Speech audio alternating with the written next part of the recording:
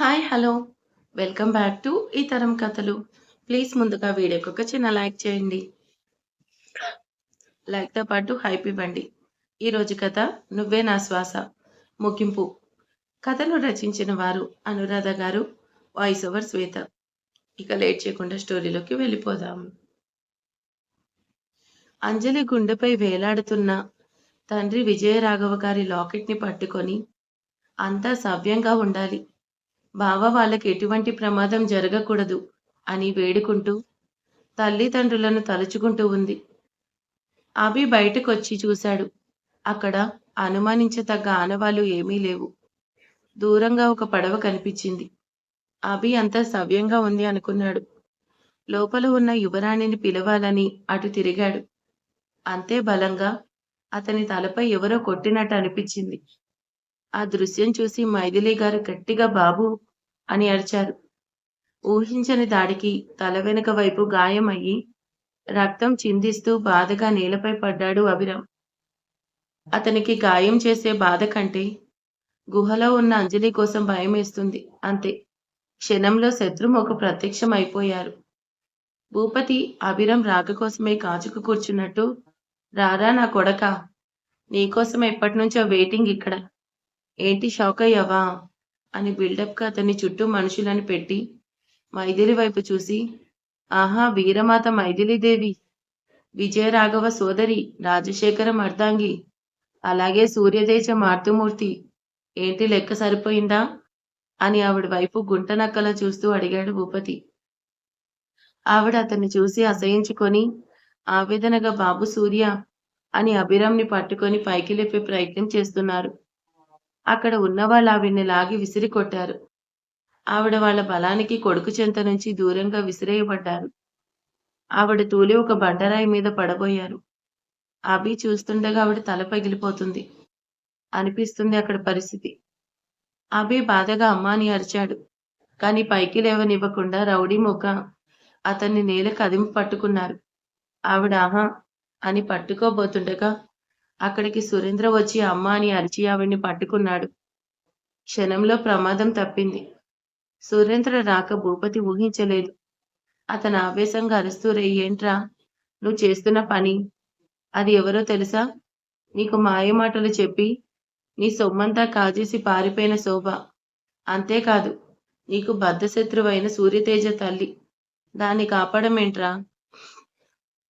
మోసంతో కుట్రతో మనల్ని నాశనం చేయాలని వీడు ఈ సూర్యతేజ అభిరామ్గా నటిస్తూ శశిమేఘన అంజలిగా నటించి చివరికి ఒక మంచి తల్లిగా పేదల కోసం మంచి ఆలోచించే ఆదర్శవంతురాలిగా శోభా పరారేగా పేరు మార్చుకొని నీ ముందు నటించి నిలువున ముంచేసి పరారైంది. వీళ్ళని వదిలిపెట్టకుండా అందరినీ పైకి పంపించేద్దాం అని వికృతంగా నవ్వాడు భూపతి. మైథిలి గారు సురేంద్ర వైపు ఆప్యాయంగా చూశారు. సురేంద్ర కంటతడి చేసుకుంటూ, నన్ను వదిలేసి ఎందుకు వెళ్ళిపోయారమ్మా? నాకెంత బాధ కలిగిందో తెలుసా అని బాధగా చెప్పాడు. ఆవిడతన్ని దగ్గరికి తీసుకొని, సురేంద్ర నన్ను క్షమించిరా తప్పలేదు అని వాపోయారు. భూపతి కొడుకు రియాక్షన్ కి విసుక్కుంటూ, నీకేమైనా దెయ్యం పట్టిందా? దాన్ని చంపరా అంటే కన్నీళ్లు పెట్టుకుంటున్నావు అని గబగబా వచ్చి సురేంద్ర చెంప మీద కొట్టాడు. మైథిలి గారు అడ్డుకోపోతే ఆవిడ మీద కూడా చేయి చేసుకున్నాడు. ఆ దృశ్యం చూసిన అభిరామ్ ఆవేశంగా పైకి లేచి అడ్డం వచ్చిన వాళ్ళని విసిరి కొట్టి తన మీదకొస్తున్న వాళ్ళని చితక్కొట్టాడు. అమాంతం వచ్చి భూపతి గొంతు పట్టుకున్నాడు.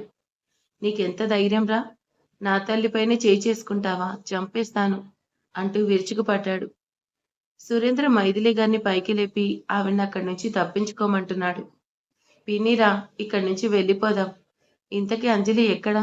ఆమె క్షేమంగా ఉంది కదా అని బాధగా అడుగుతూ ఉన్నాడు. ఆవిడకంతా అయోమయం గందరగోళంగా ఉంది. అంతలో భూపతి మనుషులు వెనక నుండి అభిరామ్ మీద దాడి చేసి అతన్ని కంట్రోల్ చేసేలోగా చాలా తన్నులు తిన్నారు. ఎట్టకేలకు అతన్ని పోతు సింగాన్ని కట్టడి చేసినట్టు వెనుక నుంచి ఒక 10 మంది ముందు పట్టుకొని ఆపారు. భూపతి గొంతు సరి చేసుకుని వీడిని చితగ్గొట్టండిరా, చంపి పారేయండి అని విచక్షణ లేకుండా వచ్చి అభిరామ్ కడుపులో బలంగా తన్నాడు. అభి బాధగా నేలపై పడ్డాడు. రే సురేంద్ర, నువ్వు అంజలి మాయలో ఉన్నావురా. అందుకే నీకేం అర్థం కావడం లేదు. అంతా నాటకం. నిన్ను వెర్రివాణ్ణి చేస్తున్నారు అని త్వరలో తెలుస్తుంది. నీకు ఆ వీరభద్రం సీక్రెట్గా విక్రమ్ గాడితో మాట్లాడుతున్నప్పుడు నేను వాణ్ణి పట్టుకున్నాను. అప్పుడే నాకు తెలిసింది వీళ్ళ కుట్ర. అనుకున్నట్టే ఆ విక్రమ్ గాడి పెళ్లంతో ఎంతో సులభంగా చచ్చిపోవడం, ఈ సారుగారు హార్ట్ పట్టుకుని హాస్పిటల్ పాలు కావడం, ఇన్ని రోజులైన అంజలి దొరక్కపోవడం అంతా నాటకంరా. అర్థం చేసుకోరా. నిజానికి విక్రమ్ కారులో పేలివాడు చస్తే వీడు దెబ్బతిన పులిలా మన మీదకొస్తాడు. అప్పుడు వీణ్ణి కూడా లేపేయాలనుకున్నా. కానీ పాతకాలం సినిమాల్లో వీళ్ళు నటించడం వెనక అసలు కథ వీరభద్రం ద్వారా తెలుసుకున్నాను. ఇప్పుడు సినిమా క్లైమాక్స్కి వచ్చేసింది అని మైథిలి వైపు చూసి మరదలా, నీ కొడుకు ఇక్కడికి వస్తాడని తెలిసి వచ్చాడు.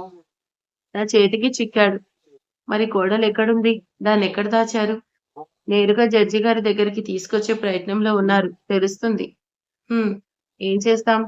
అంతా నాకు తెలిసిపోయింది. ఇప్పుడు మీ ప్లాన్లో మార్పు చేస్తున్నా.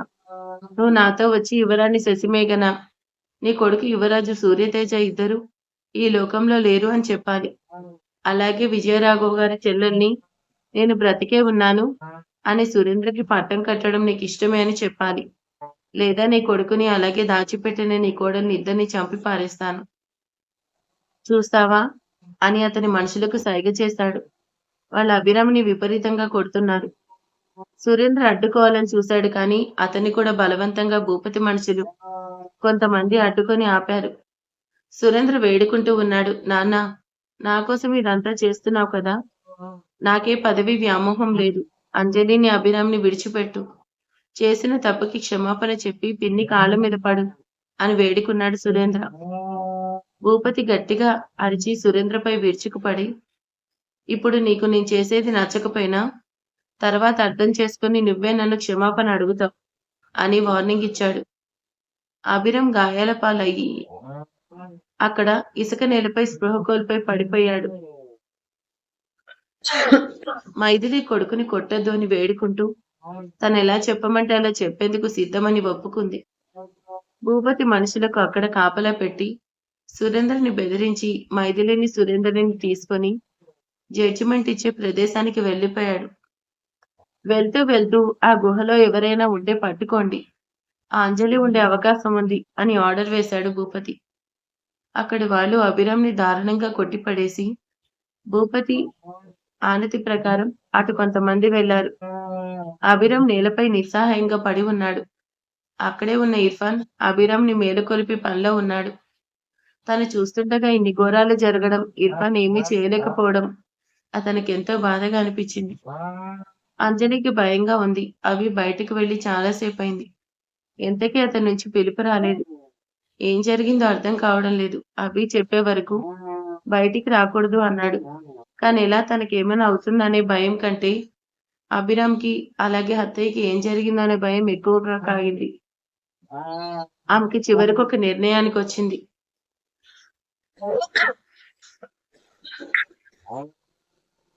విక్రమ్ వాళ్ళంతా ఒక చోటుకి చేరుకున్నారు. నాయర్ని కలిసి విషయం చెప్పాడు విక్రమ్. అతని ఆనందానికి అవధులు లేకుండా పోయాయి.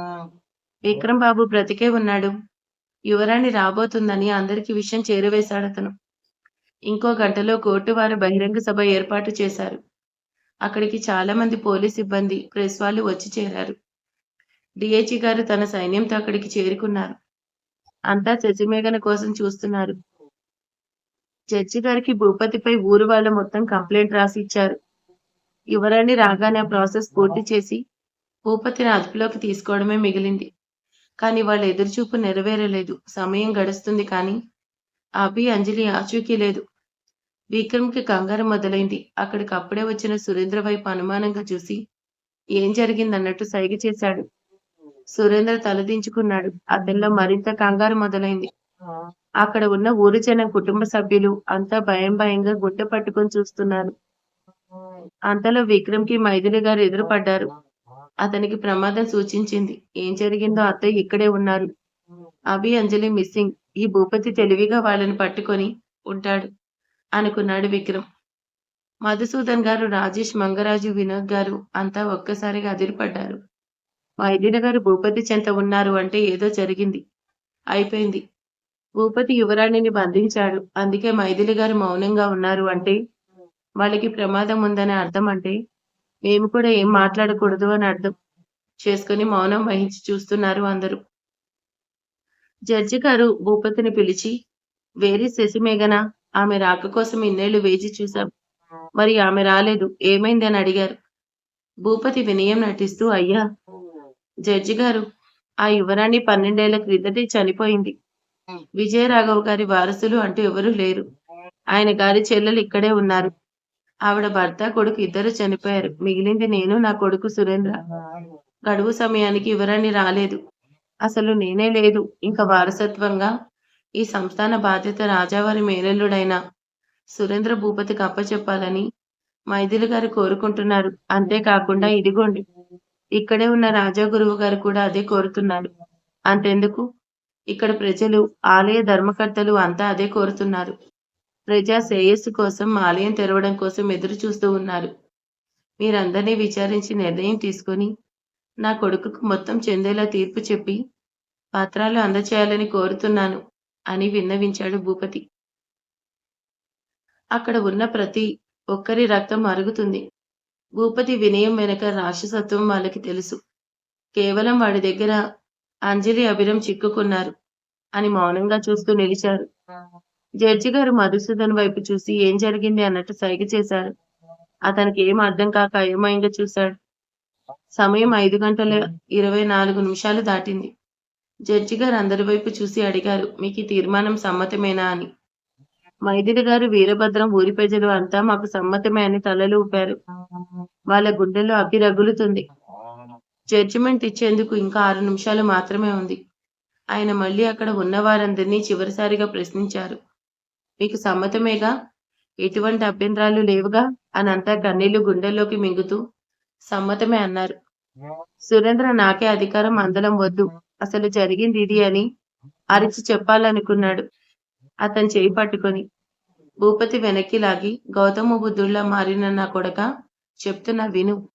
నువ్వేమన్నా ఎక్స్ట్రాలు చేశావనుకో, అక్కడ ఉన్న నీ సోదరుడు సూర్యతేజ వాణ్ణి చంపేస్తా అని బెదిరించేసరికి తండ్రి అన్నంత పని చేస్తాడని ఊరుకున్నాడు. అక్కడంతా నిశ్శబ్దం అలుముకొనుంది. కోర్టు వారు మొత్తం వీలునామా పత్రాలు పరిశీలన చేస్తూ తీర్పుని నోట్ చేస్తూ ఇంకా 3 నిమిషాలుంది. ఆలోగా ఎవరైనా అభ్యంతరం తెలియచేయాలనుకుంటే చేయవచ్చు అన్నట్టు చూస్తున్నారు. అంతా కన్నీళ్లు పెట్టుకుంటూ విచారంగా నిల్చున్నారు. మరోవైపు స్వర్ణానది పూజలు అందుకుంటూ ఉంది శాంభవీదేవి. ఆలయానికి వచ్చిన భక్తులు హారతులు పడుతున్నారు. మంత్ర వాయిద్యాలు వినిపిస్తున్నాయి. ఆలయ గంటలు మ్రోగుతున్నాయి. విక్రమ్‌కి కోపం తారాస్థాయికి చేరుకుంది. ఇన్ని రోజుల కష్టం, ఇన్నేళ్ల ప్రజల ఎదురుచూపు వృధా అవుతుందని ఆవేశంగా వేసుకున్న వేషం తీసి పడేశాడు. అతని అసలు రూపం చూసిన శక్తి అదిరిపడ్డాడు. ఏంటి సికిందర్‌గా వేషం వేసింది విక్రమా? చచ్చాను అని భయంగా వెనకడుగు వేశాడు. విక్రమ్ ఆవేశంగా జడ్జి ముందుకు వెళ్ళబోతుంటే సునీత, వినోద్ గారు అతన్ని పట్టుకొని, వద్దండి, ఆవేశం వద్దు. మన వాళ్ళు వాడి దగ్గరున్నారు అని నచ్చచెప్పి ఆపారు. అక్కడ ఆలయంలో గంటలు మ్రోగుతుంటే ఊరి ప్రజలు మాత్రం దేవుడు లేడు, మా పరిస్థితి చూసి వెక్కిరిస్తూ గంటలు మోగించుకుంటున్నట్టున్నాడు అని బాధపడ్డారు. జడ్జి గారు ఒక నిర్ణయానికొచ్చి సురేంద్రకు పట్టం కట్టి ఊరి వాళ్ళు ఇచ్చిన కంప్లైంట్ మేర భూపతిని అరెస్ట్ చేయమని తీర్పివ్వాలి అనుకున్నారు. యువరాణిని ప్రవేశపెట్టడానికి ఇంకా 30 సెకన్లు మాత్రమే ఉంది. జడ్జిమెంట్ ఇచ్చేందుకు జడ్జి గారు సిద్ధమయ్యి, మీ అందరి కోసం విజయరాఘవ గారి ఆశయం నెరవేర్చడం కోసం ఒక వారసుడు కావాలి. అందుకుగాను ఈ సురేంద్రని అనే మాట పూర్తి కాకుండా, ఆగండి జడ్జి గారు అంటూ పట్టపటి ఏనుగుపై యువరాణి కూర్చోపెట్టి గాయాలతో నెత్తురు చిమ్ముతూ ఉన్న దేహంతో ఆయాసపడుతూ అతని వెంట కొంతమంది పోలీస్ బలగంతో యువరాజ్ అక్కడ ప్రత్యక్షమయ్యాడు. అతన్ని చూడగానే తమ యువరాణి అతని చెంత ఉంది అని తెలియగానే ఊరి ప్రజలతో పాటు కుటుంబ సభ్యులు అంతా కూడా ఒక్కసారిగా ఉలిక్కిపడ్డారు. సూర్యతేజ వచ్చాడు, యువరాణి శశిమేఘనని తెచ్చాడు అని ఒకేసారి కొన్ని వేల మంది గొంతెత్తి ఆనందంగా అరిచారు. ఆ అరుపులు సముద్రపు అలల ఘోష వలె అక్కడ వినిపించసాగాయి. అక్కడ ఉన్న పూలు వాళ్ళపై చల్లుతూ ఆహ్వానం పలికారు. యువరాణి ఎంతో ఆగ్రహంగా ఉంది. ఏనుగుంబారి పైన కూర్చొని కోర్టు వాళ్ళ ముందుకు చేరుకుంది. ఆమె చేయి పట్టుకుని అభిరామ్ అదే సూర్యతేజ జడ్జి ముందు నిల్చోపెట్టి, ఇదిగోండి విజయరాఘవ గారి వారసురాలు శశిమేఘన అని గట్టిగా దిక్కులు దిద్దరిల్లేలా చెప్పాడు. భూపతి షాక్ అయ్యాడు. రేయ్, నువ్వెలా వచ్చావురా అంటూ అరిచి గోల చేసి అతడు మనుషులతో దాడి చేయబోతే పోలీసులు అదుపులోకి తీసుకున్నారు. భూపతి మనుషులను అరెస్ట్ చేశారు. మధుసూదన్ సిబ్బంది అభిరామ్ దగ్గరకు అంతా చేరుకుని గాయాలను చూసి ఎంతో బాధగా ఏమైందని అడుగుతూ ఉన్నారు. అభి అందరినీ కంట్రోల్ చేస్తూ సమయం లేదు, ముందు జరగాల్సింది చూడాలి. నాకేం కాలేదని చెప్పి జడ్జి గారు ఇదిగోండి శశిమేఘన మా మావయ్య విజయరాఘవ గారి కూతురు, ఈ భైరవపురం యువరాణి అని అందరికీ చూపించి అన్ని వివరంగా చెప్పారు జడ్జి గారు. అమ్మయ్య అనుకున్నారు. అభి చెప్పుకొచ్చాడు.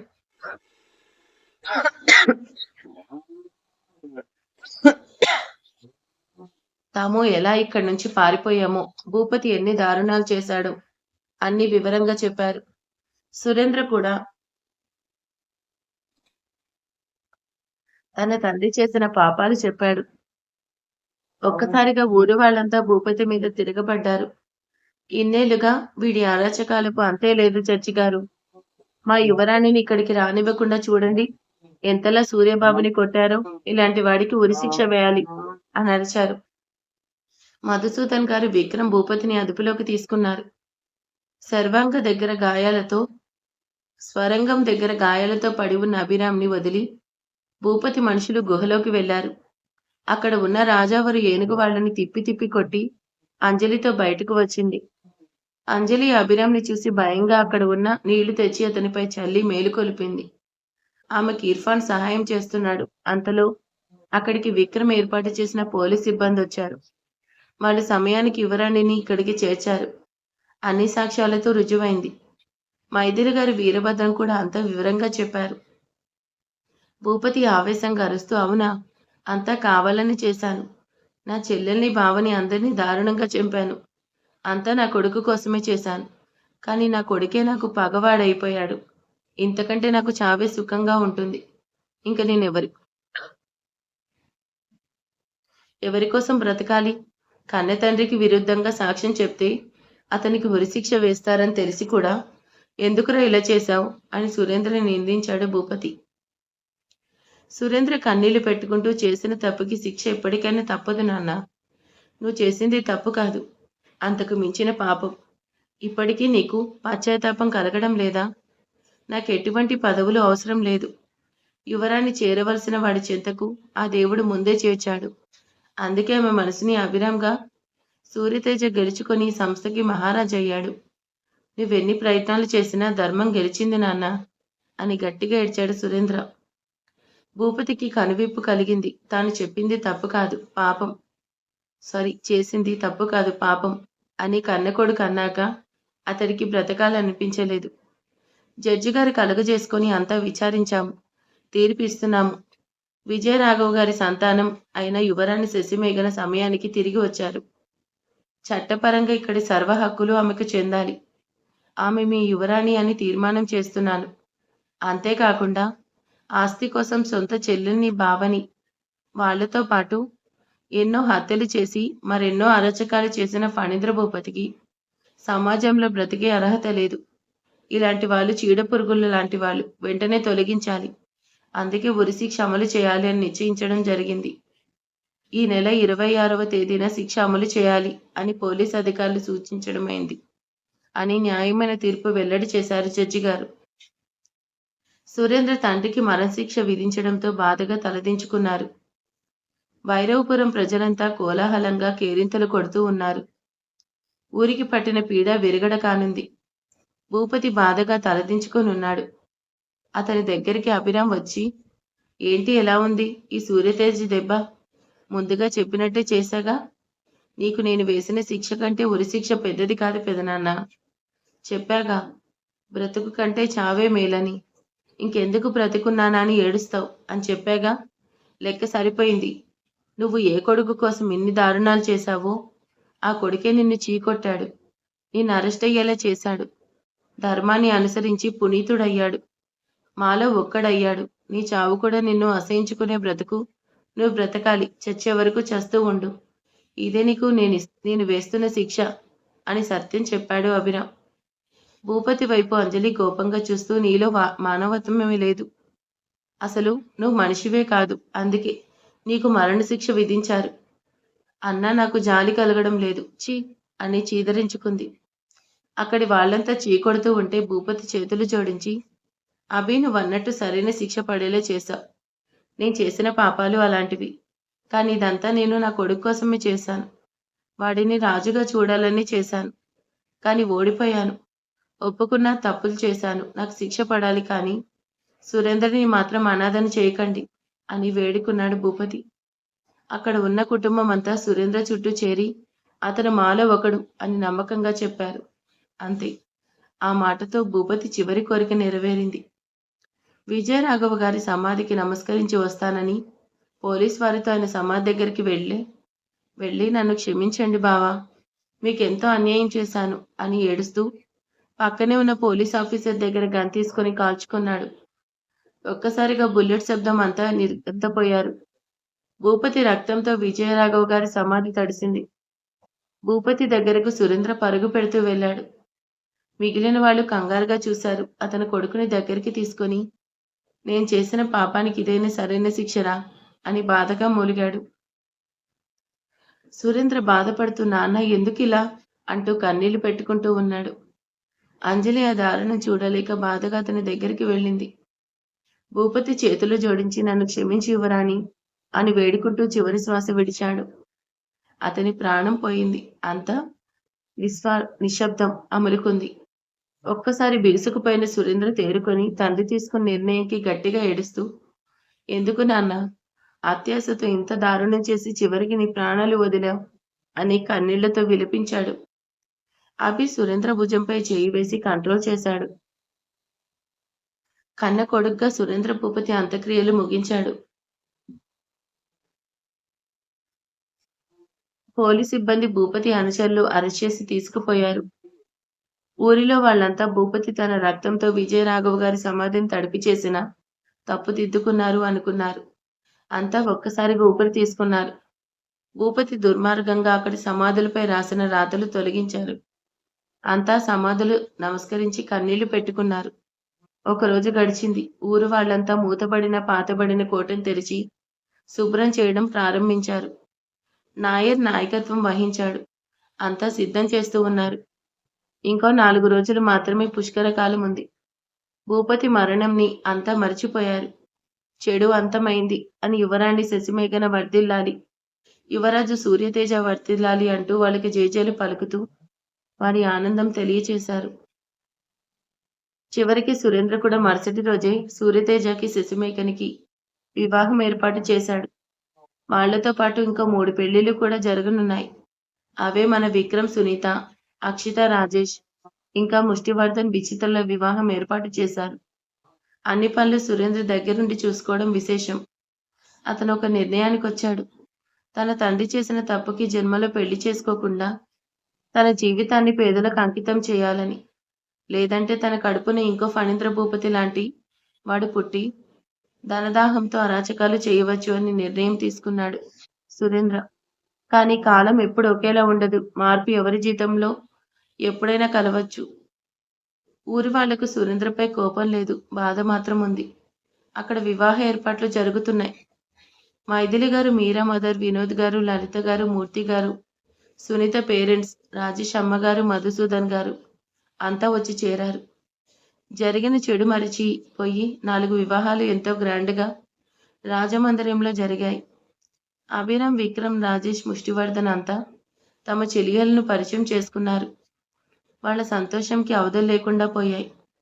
అంజలి కళ్ళు చెమ్మగిల్లాయి. అమ్మా నాన్నను తలుచుకొని వారి ఆత్మశాంతి ఆశిస్తూ సూర్యతేజకి భార్య అయింది. ఆమె ఇంకా తన కష్టాలు తొలగిపోయినట్టే అని ఎంతగానో సంబరపడ్డం అభి గమనించి ఆమె చెంపపై జారుతున్న కన్నీటిని వేలితో స్పృశించి,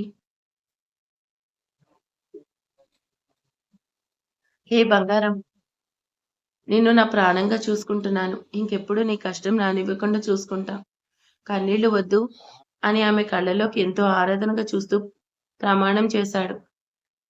అంజలి నవ్వుతూ అతని చెయ్యి అందుకొని నాకు తెలుసు బావా అని అతని చేతిని కళ్ళకద్దుకుంది. అంతా ఎంతో సంతోషించారు. 4 జంటలు వారి ప్రేమలో విజయం సాధించారు. సురేంద్ర ఆ ప్రేమ జంటలను చూసి ఎంతో సంతోషంగా ఉన్నాడు. అతనికి ఇంకే ఆశ లేదు. అంజలి చేరవలసిన వాడి చెంతకు చేరుకుంది అని ఊపిరి తీసుకున్నారు. అంజలి అభిరామ్ల వివాహం పూర్తి కాగానే వేణుగోపాల స్వామి ఆలయం దరికి చేరుకొని మధుపర్కాలతోనే నవవధూవరులు ఆలయ ద్వారం ముందు నిలుచుని గుడి ధర్మకర్తలకు తాళాలు అడిగారు. వాళ్ళు చిన్నగా నవ్వి రాణిగారు, మీ మెడలో ఉన్న లాకెటే ఈ ఆలయ తాళం చెవి అన్నారు. ఆమె ఆశ్చర్యంగా అవునా, ఎలా అంటూ అడిగింది. అభి నవ్వుతూ అతనికి గుర్తుకొచ్చిన ఒక టెక్నిక్ తో ఆ లాకెట్ తెరిచాడు. మావయ్య మెడలో ఉన్న ఈ లాకెట్ గుడి ఆవరణలో 2 ముఖ్య స్థలాల్లో ఉపయోగించాలి అని చెప్పారు. ఒకటి మొదటి ద్వారం, 2 ఖజానా ఉన్న మూలికా ద్వారం అని చెప్పడం జరిగింది. నాకు గుర్తుంది అని చెప్పాడు. ఆ లాకెట్ తాళం చెవిలా మారింది. అంతా ఆశ్చర్యపోయారు. రాజేష్ అక్షిత వింతగా చూస్తూ ఉంటే విక్రమ్ నవ్వుతూ సునీత వైపు చూసి కొంటెగా కన్ను వీటి కవ్వించాడు. ముష్టి షాక్ అయిపోయి అయ్య బాబోయ్, ఈ తాళం చెవి సీన్ ఇప్పటి వరకు ఏ సినిమాలో లేదు అని బిగ్గరగా అరిచి చెప్పాడు. అంతా నవ్వారు. అభిరామ్ ఆ తాళం చెవితో ద్వారం తెరిచాడు. ఎన్నో ఏళ్లుగా మూతపడ్డ ఆలయం తెరవడం, అక్కడ కొన్ని వేల మంది వచ్చి చేరుకోవడం, మీడియా లైవ్ టెలికాస్ట్ చేయడం జరుగుతుంది. అంతా ఆలయాన్ని శుభ్రపరిచి పసుపు సుగంధ ద్రవ్యాలతో ఆలయాన్ని శుద్ధి చేశారు. ఎంతో మంది పండితులు వచ్చి చేరారు. వారి మంత్రోచ్చారణతో స్వామివారి ఆలయ దోషాన్ని తొలగించారు. కొన్ని వందల మంది స్వామీజీలు వచ్చి హోమం చేయడం మొదలుపెట్టారు. మరోవైపు మంగళ వాయిద్యాలు వాయిస్తూ గోవిందనామ స్మరణ చేస్తూ అక్కడ ప్రాంతం అంతా మారుమ్రోగుతూ ఉంది. ఆనవాయితీ ప్రకారం యువరాణిని యువరాజు ఎత్తుకొని ఎన్నో ఏళ్లుగా వెలుగులోకి తీసుకొని అఖండ జ్యోతి ప్రదేశానికి చేరుకొని అర్చకులు అందించిన సుగంధ పూజా ద్రవ్యాలు సమర్పించి పూజా విధిగా జరిపించి అందరి సమక్షంలో అంజలికి అభి కాగడ అందించి ఆమెను పైకెత్తి వెలిగించమన్నాడు. ఆమె కన్నీళ్లు పెట్టుకుంటూ తన జన్మకి అర్థం చాటుకుంటూ విజయరాఘవ గారిని ఇంద్రాణి దేవిని తలుచుకుంటూ మీ వంశానికి ఇక శాపం ఉండదు నాన్న, అమ్మా అనుకుంటూ గోవింద గోవింద ముకుంద మురారి కృష్ణ వేణుగోపాల మమ్ము రక్షించ ప్రార్థన అని స్మరిస్తూ ఉంది.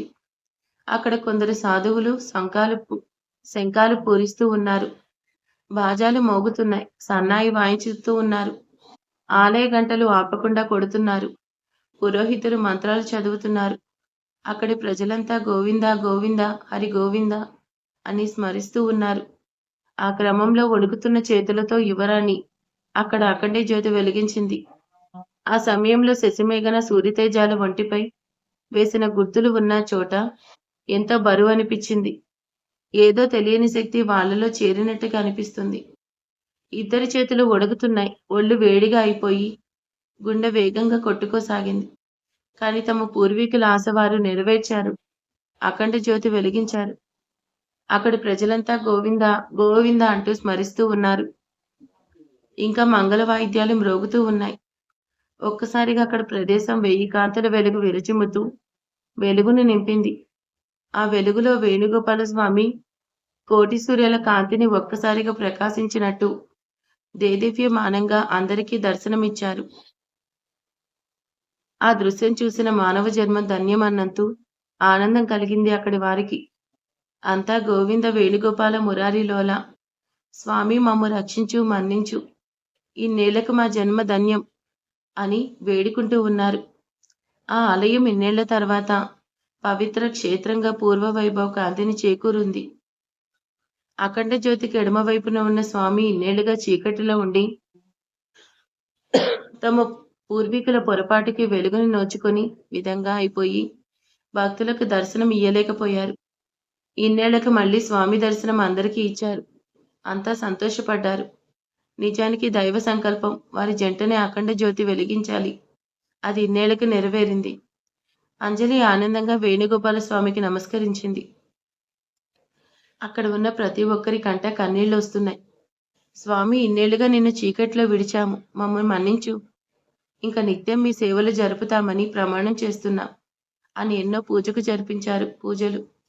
అంతా భక్తిగా దైవస్మరణ చేశారు. వారి పూర్వీకుల ఆత్మకి శాంతి చేకూర్చారు. శశిమేఘన సూరితేజ కలిసి ఆలయం తెరిచారు. ఊరి వాళ్ళ ఎదురుచూపు ఫలించింది. పుష్కరంలో వేణుగోపాలస్వామి ఆలయం తెరవబడింది. వారి పూర్వీకుల ఆత్మకు శాంతి చేకూరింది. వేల కొద్ది భక్తులు జ్యోతిని దర్శిస్తూ స్వామివారికి అభిషేకాలు పూజలు చేస్తూ తరించారు. అంతా లైవ్ టెలికాస్ట్ చేస్తూ దేశం మొత్తం తెలిసేలా చేశారు. అంతా అక్కడే ఆలయం కోసం తెలుసుకుని తరలి వస్తున్నారు. మైథిలి గారు కొడుకు కోడల్ని ఆశీర్వదించి విజయరాఘవ గారి కోరిక పూర్తి చేయమన్నారు.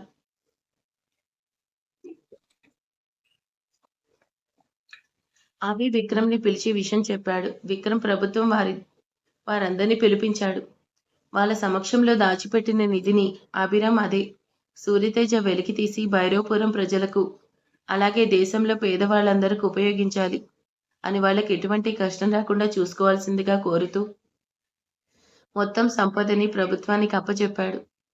మధుసూదన్ గారు అభిరామ్ని మెచ్చుకొని ఆ సంపదన ఈ ఒక్క ఊరికే కాదు మొత్తం దేశానికి ఉపయోగపడేలా చేస్తానని మాటిచ్చారు. మాట ప్రకారమే ఊరి వాళ్ళ అన్ని అవసరాలు నెరవేర్చి బడి, హాస్పిటల్, పక్కా ఇళ్ళు, పొలాలు, ఫ్యాక్టరీలు, మంచి నీటి చెరువులు ఇలా అన్ని వసతులు కల్పించేందుకు ప్రభుత్వం సిద్ధమైంది. ఇంకా తమ కష్టాలు తొలగిపోతాయి. తమను ఎవరు ఇబ్బంది పెట్టరు. మా పొలాల్లో మా పంట అంతా మాది. మాకు ఏ కష్టం రాకుండా చూసుకుంటారు. భూపతి లాంటి వారి పీడ ఇక తమకు లేదు అని అక్కడి నాయర్తో పాటు ఊరి వాళ్ళు ఆనందంగా రాజా విజయరాఘవ గారి అమర్ రహే, రాణి ఇంద్రాణీదేవి అమర్ రహే అని, యువరాజు సూర్యతేజ, యువరాణి శశిమేఘనికి వర్ధిల్లాలి అని ఆనందంగా కేరింతలు కొట్టారు. మొత్తం కుటుంబం ఆలయంలో జ్యోతికి నమస్కరించి ఇంకెప్పుడు పొరపాటు జరగకుండా జాగ్రత్త వహించాలని నిర్ణయం తీసుకున్నారు.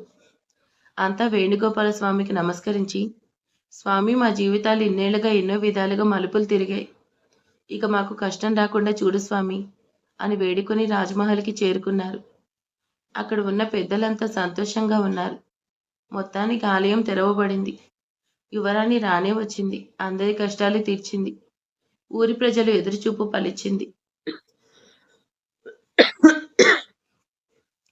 అభిరామ్ సురేంద్ర దగ్గరకు వచ్చి, సురేంద్ర, నువ్వు సగంలో ఆపేసిన పవర్ ప్రాజెక్ట్ నువ్వే పూర్తి చేయాలి. ఆనంద్ వర్మ ఆ బాధ్యత నీకే అప్పచెప్పారు. నీలో సమర్థత ఉంది అని ఆయన గుర్తించారు. అంతేకాకుండా నీ కంపెనీ నువ్వు పోగొట్టుకున్న ఆస్తి మొత్తాన్ని నీకు తిరిగిచ్చేస్తున్నా. అలాగే ఇక్కడి అన్ని విషయాలు కూడా నువ్వే చూసుకోవాలి అన్నయ్య అని ఎంతో ప్రేమగా అన్నాడు అభిరామ్. ఆ పిలుపుతో తాను ఒంటరివాణ్ణి కాదు అన్న ఆనందం సురేంద్రలో కలిగింది. అతను ఎంతో ఆనందంగా హత్తుకుని ఏడ్చేశాడు సురేంద్ర. వాళ్ళంతా హైదరాబాద్ తిరిగి వచ్చారు. వాళ్ళతో మంగరాజుని, వీరభద్రంని తీసుకొచ్చి వాళ్ళ కుటుంబంలో ఒక భాగం చేసుకున్నారు అంజలి వాళ్ళు.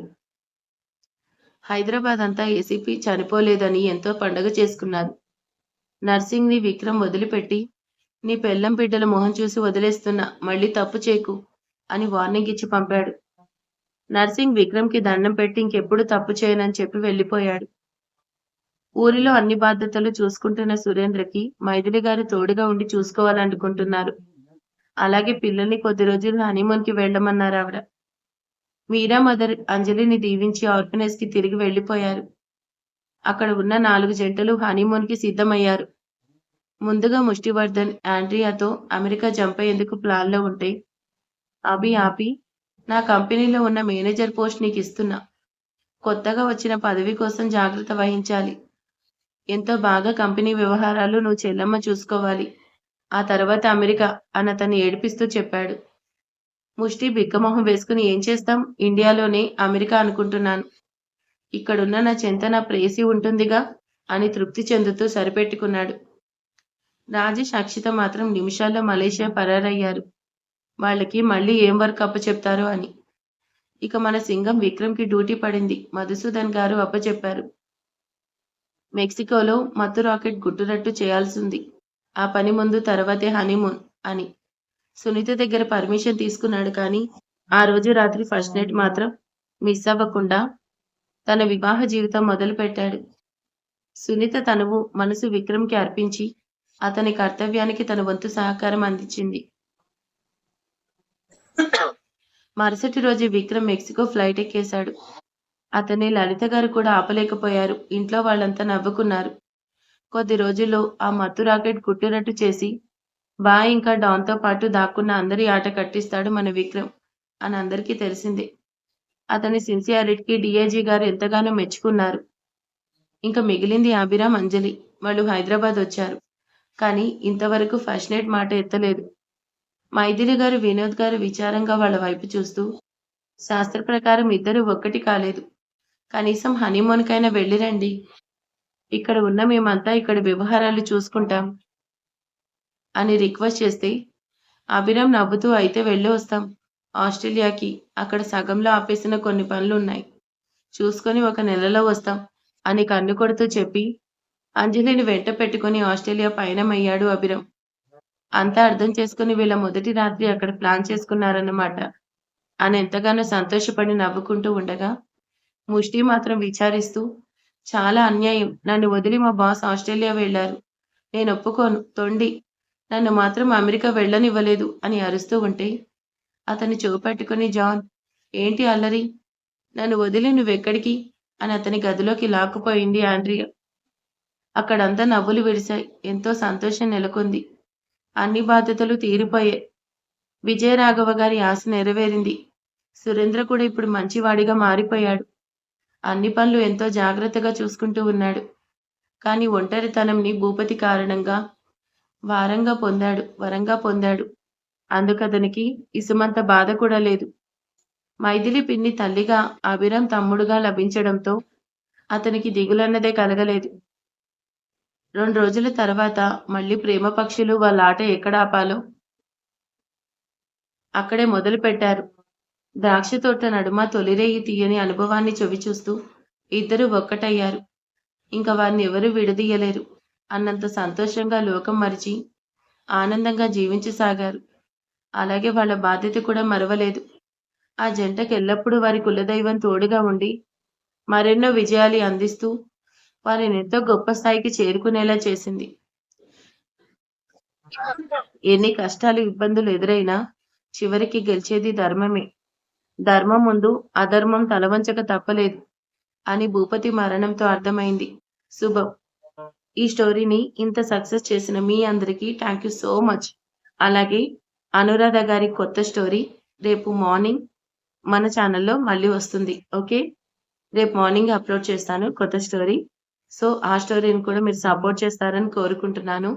మరి ఈ స్టోరీ ఎలా ఉందో ప్లీజ్ కామెంట్ చేయండి. అలాగే కొత్త స్టోరీ కోసం వెయిట్ చేస్తున్నారా? ప్లీజ్ అది కూడా కామెంట్ చేసేయండి. Thank you for watching.